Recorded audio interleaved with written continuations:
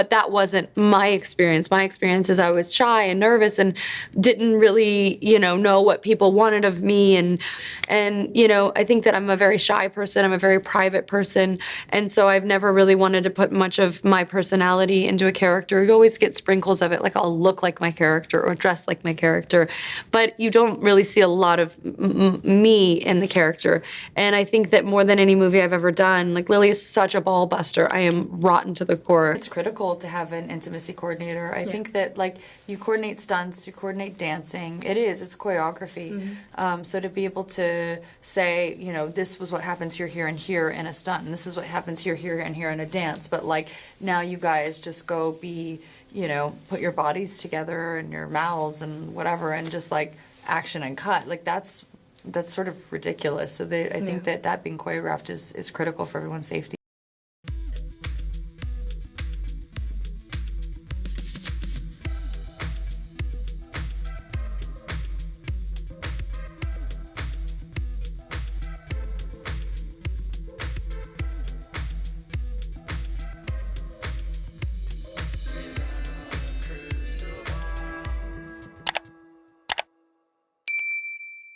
Hi friends, it's Katie from Without a Crystal Ball. Welcome back to my channel. Today was the day. There was a hearing in New York between Blake Lively and Justin Baldoni. Well, not just them. There was multiple parties represented in this hearing, and today they were there to talk about this protective order. Blake's side of the aisle wants a specific designation called Attorney's Eyes Only, which we will promptly refer to as AEO. Lively's side wants to protect what they designate as certain confidential information that they don't want the public to have access to, but not only the public, they don't want the attorneys for either side to be able to share information with the clients they represent about the discovery that they receive. This is a highly specialized type of protective order that's commonly used in cases that involve trade secrets in corporate cases. It can also be used when there's highly confidential information between competing parties that are in a marketplace. It is not commonly used in cases like this, but in this case, they want more than what the judge has proposed. And what the judge has proposed is pretty comprehensive. It basically already gives them a mode to seek a confidential designation, and it also gives them a mode to seek additional higher designations if needed on a case-by-case position. Lively wants a blanket AEO that can be designated by third parties and themselves without having to go to court to get one. Now, what I want to just start off by saying is that Judge Louis Lyman is a seasoned judge in the New York Southern District Court. He appears to understand exactly what this case is all about. And he knows that this is a case between a feud between PR firms. A feud between PR firms. A feud between the public relation and reputation of Baldoni and his friends on one side and Lively and Reynolds on another. This is a case about fighting over reputation. Don't be disillusioned. This is not a case, at least in my opinion, about sexual harassment. And the judge made clear this is a feud between PR firms. He believes that his proposed protective order, that is his standard issue and his model that he's put together, is sufficient, and he wanted to know why more was needed. So there were arguments by all sides here. Attorneys for Leslie Sloan and her Vision PR group, Stephanie Jones and Jones Works PR, Wayfair, who represents Melissa Nathan and Jen Abel, who are the tag and have their own PRs, and they formerly were with Stephanie Jones. And then the New York Times was there, but they didn't really argue anything, and Wayfair. So the real angle the PR teams are trying to get is they're trying to say that because they're competitors, they don't want to share information with each other. And yet they're suing each other. It's pretty wild if you think about it. They're suing one another, but yet they don't want to disclose any information about who their clients are, what they talk to their clients about, what their proposed marketing plans might be, how they marketed this. And a lot of it had to do with stuff that wasn't even relevant to the case. For instance, Stephanie Jones' attorney for Jones Work said that they don't want to turn over confidential information to former employees or trade secrets, business plans. They claim would be a competitive injury. Now, the real meat of this 2 hour, almost 2 hour, came down to really a feud between Lively's side and Wayfair's side. And Lively's side, right off the gate, came out very combatively and laid on very thickly that they believe their lives are in danger. It felt very performative as someone listening in. If I were on a jury, and I had to, like, decide based on what they were saying. They provided 0 evidence for the claims that they were making, and it felt like she knew in many ways that she was speaking to an audience. In my years of reporting, I have sat in on dozens of cases involving actual crimes of unaliving, crimes against children, child SA, people that download content of child or CSAM, and I've heard and have had to read some of the most disturbing complaints and documents in court of actual crimes. And my opinion listening to this was that Lively and Reynolds are delusional. They are trying to equate a civil matter into criminal intent. It's such a reckless disregard for the justice system to frame that your lives are going to be killed. You're going to be killed if you hand over discovery. They are trying to argue that if they hand over information, they will be killed. Maybe harmed reputationally, but to try to place this metaphor or this vision of a dead body felt so recklessly irresponsible and deviant and careless, reckless, and harmful to actual victims. Because if you were watching a criminal case and someone was like, well, I can't provide this information because I'm a witness in a case and I'm going to get killed. Well, yeah, if your case involves capital murder, sure.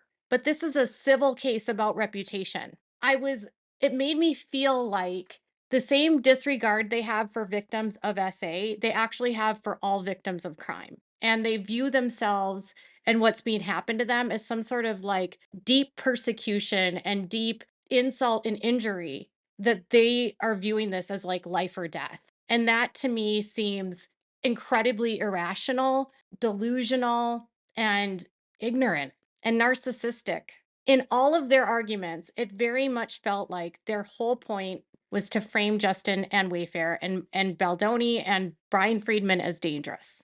And the judge had to actually at one point remind her attorneys that there is absolutely no officer that is sworn into his court and abiding by the civil laws and the oath of the court that would do harm to another person's client, that would physically harm the safety of that person.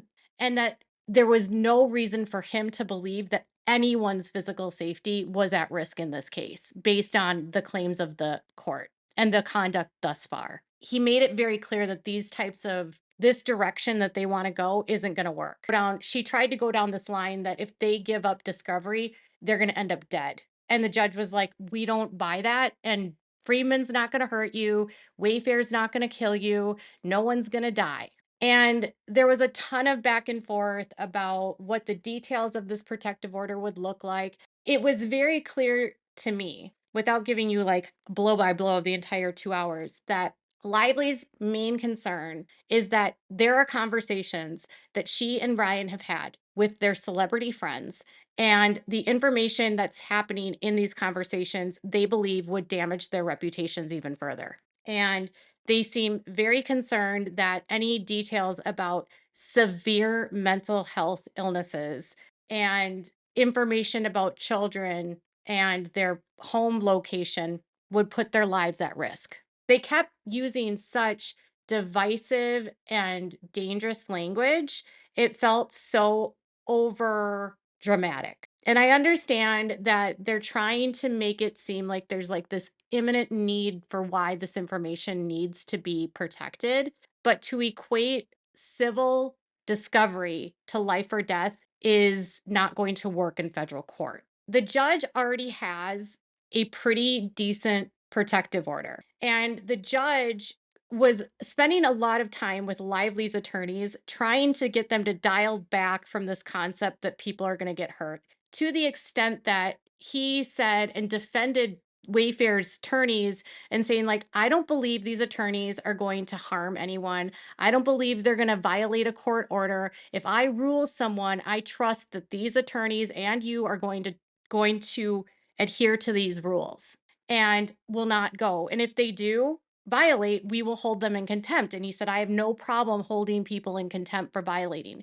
And they didn't even like the concept that if someone violated something, they could be held in contempt. They wanted it so like no information could go out. They don't want any conversations between Blake and her celebrity friends to become public because they made clear that Blake's whole brand and Ryan's whole brand is based upon selling you guys an image. And if we knew what they were saying behind closed doors, their reputations would be further harmed. It was not a super compelling argument, quite honestly, because in a court, you're suing, claiming your reputation was harmed. And when you file a court case, you're going to court in a public court and having to file documents. And the judge made that very clear that if this case goes to public, if they go to a motion to summary judgment, which is done if they feel like it's after discovery and the discovery proves to them that the claims of the case have no merit, they can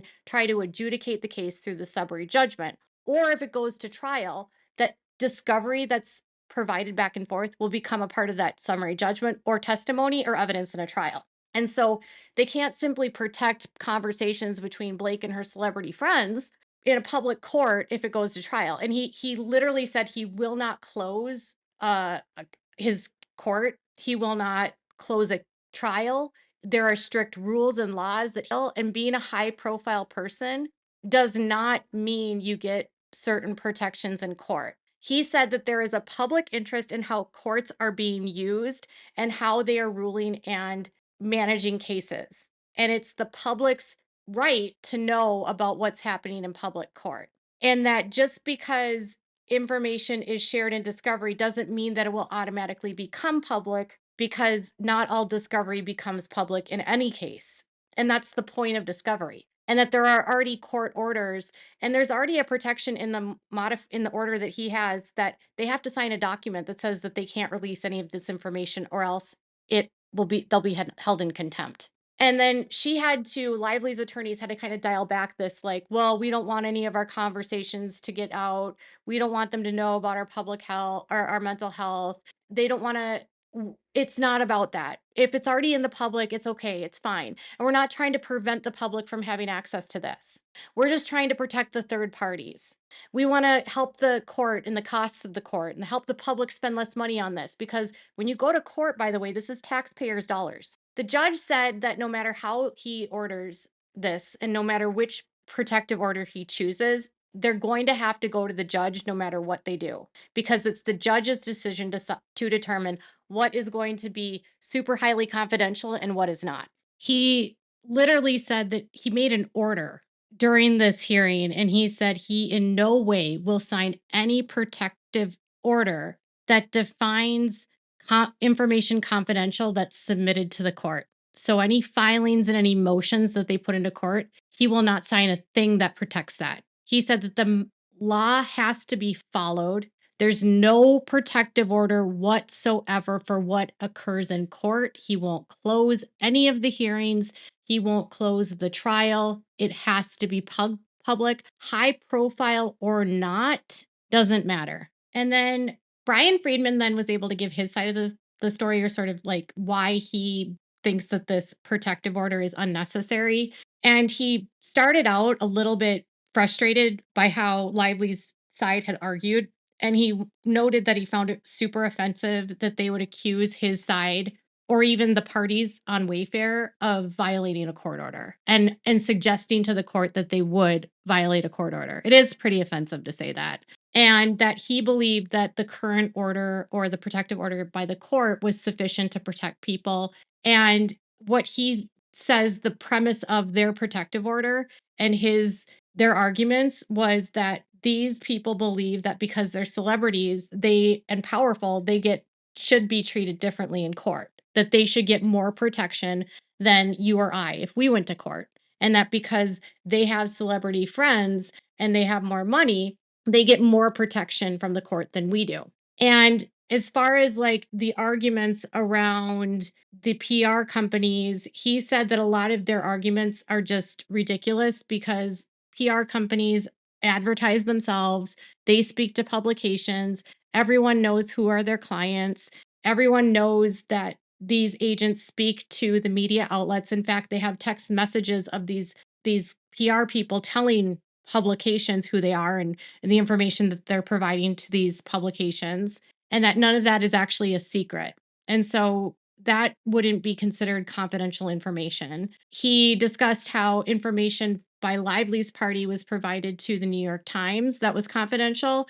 And so for them to say that they would provide confidential information to the press when Lively's already done this felt pretty hypocritical.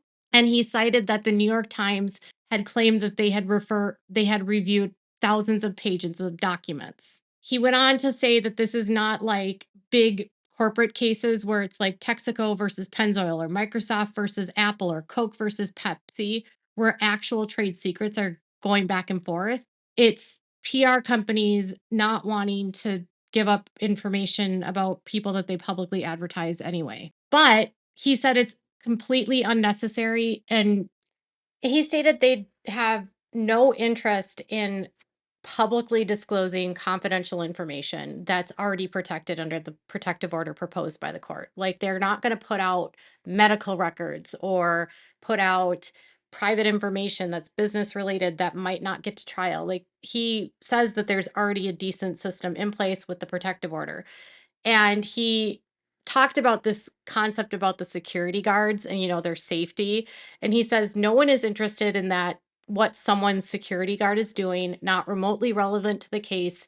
It's a ruse that's being used by by Lively's attorneys, and it's not relevant. He doesn't know why they're even bringing this up or why they're addressing this with the court. And then Lively's medical records and psychological records will be needed to prove damages, but in terms of discovery, they can go through a process to keep them confidential, and there's already a built-in modality within the protective order that they can go to the judge and seek higher levels of confidentiality. But he said that they have no interest in security. It's nonsense, and the only people that have been mentioned in this case that are third parties are executives from Sony that they never actually stated who they were in their complaint, but Lively listed in her complaint 3 times. So, I guess a lot of what he was pointing out was like, they're accusing us of violating their confidentiality, yet they're the ones that continue to violate our confidentiality. And their other concern is that the current order that Lively wants would make them have to go to court constantly because they would automatically be able to designate everything as attorney's eyes only, and then it could be abused. And so it drives up cost, and it puts more pressure on the court, and it's misusing the court system. And that the burden of whether or not something should be more protected or not doesn't fall on him, but it falls on them. And it's putting the burden on them to have to fight them to go to court to get a judge to rule if they automatically get it.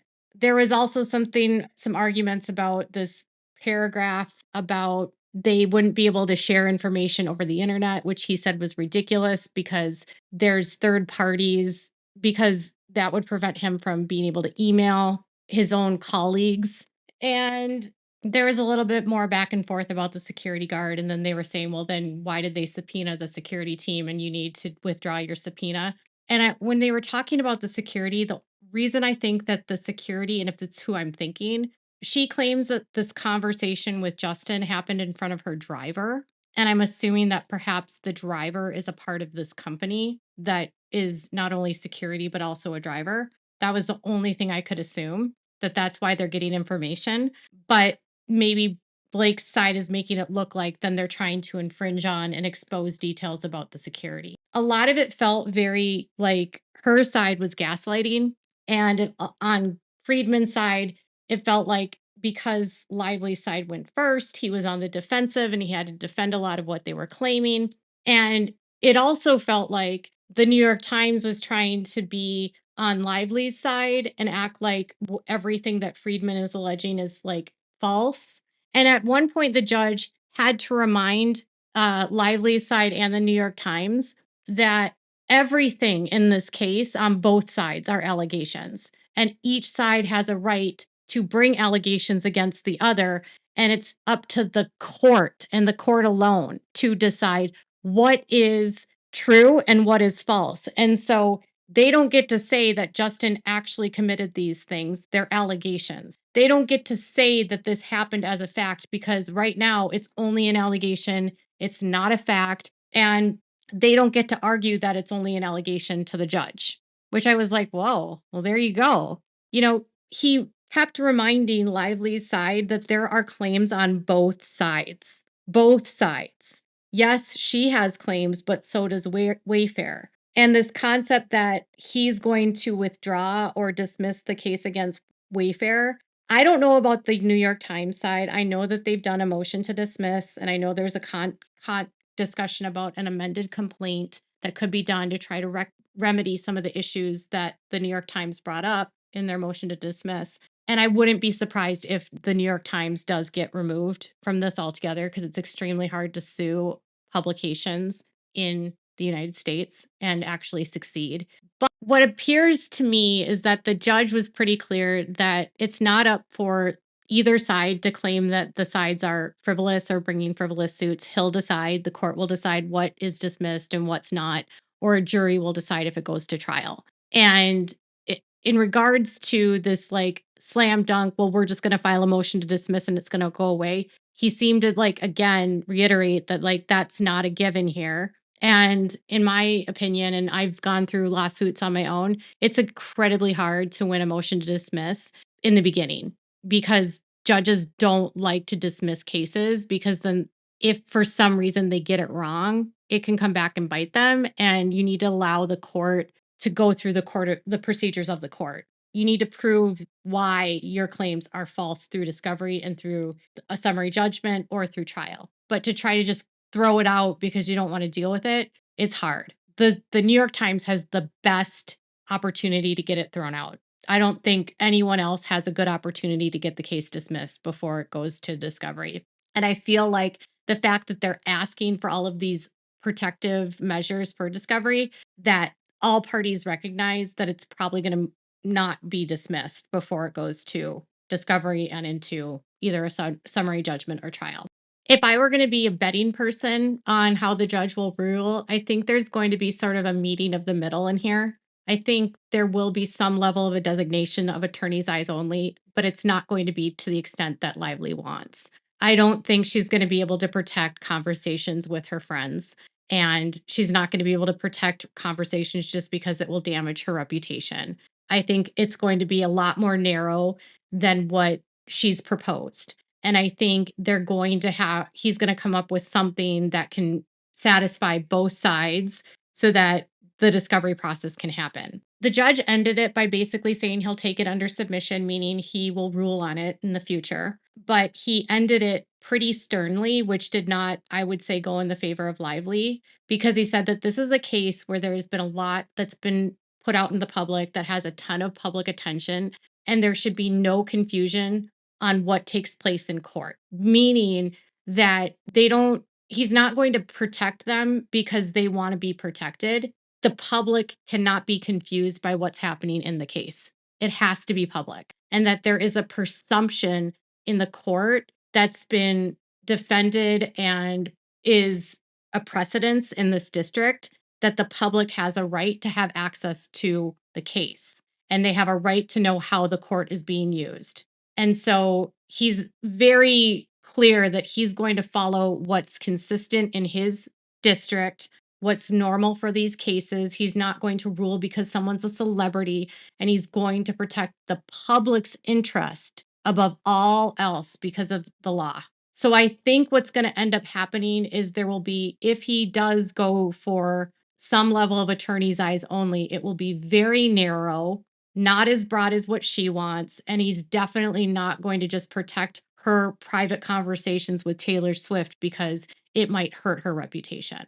It was mostly a lot of gaslighting by Lively's attorneys, a lot of entitlement. And if you want my impression of the two sides, Brian Friedman comes off very genuine. He seems to be very honest in his representation. He seems to be really fighting for his clients. He didn't use inflammatory language. He wasn't being dismissive or derogatory at all. And Lively's side was very inflammatory, very disingenuous to the court, extremely disrespectful to the side of Wayfair.